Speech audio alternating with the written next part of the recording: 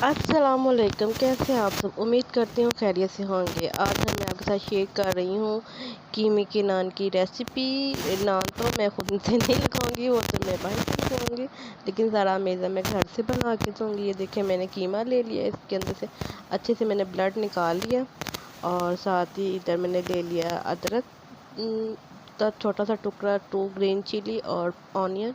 और ऑनियन को मैंने ये मोटा मोटा इसलिए काटा कि इसको भी मैंने चॉप करना है। और ड्राई स्पाइसेस में ले लिया है ब्लैक पेपर, सूखा धनिया और नमक, ज़ीरा, चिली फ्लेक्स, गरम मसाला।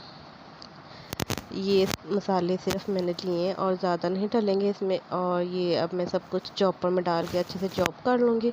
बाद ये प्याज और अदरक वगैरह, उसके बाद मैं इसमें कीमा और ड्राई स्पाइसेस भी डाल के चॉप करूँगी, देख सकते हैं।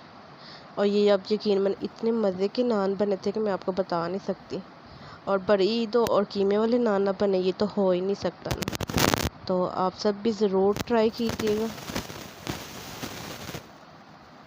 ये देखिए अच्छे से चॉप हो गया। ये मैंने हैंड ब्लेंडर वाला चॉपर है मेरे पास, तो उससे मैंने चॉप किया था।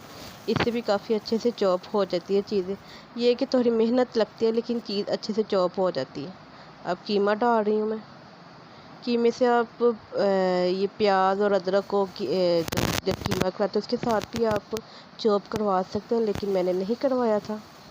ये देखें, ये हुरिया मेरे साथ हेल्प करवा रही है अंडा बीट करने में।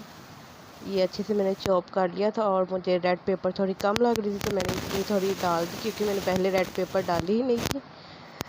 मैंने कहा था स्पाइसेस तेज़ ना हो जाए। अब अंडा और ये रेड पेपर डाल के मैं अच्छे से इसको मिक्स कर लूँगी। और ये देख सकते हैं कितना सॉफ्ट कीमा बना।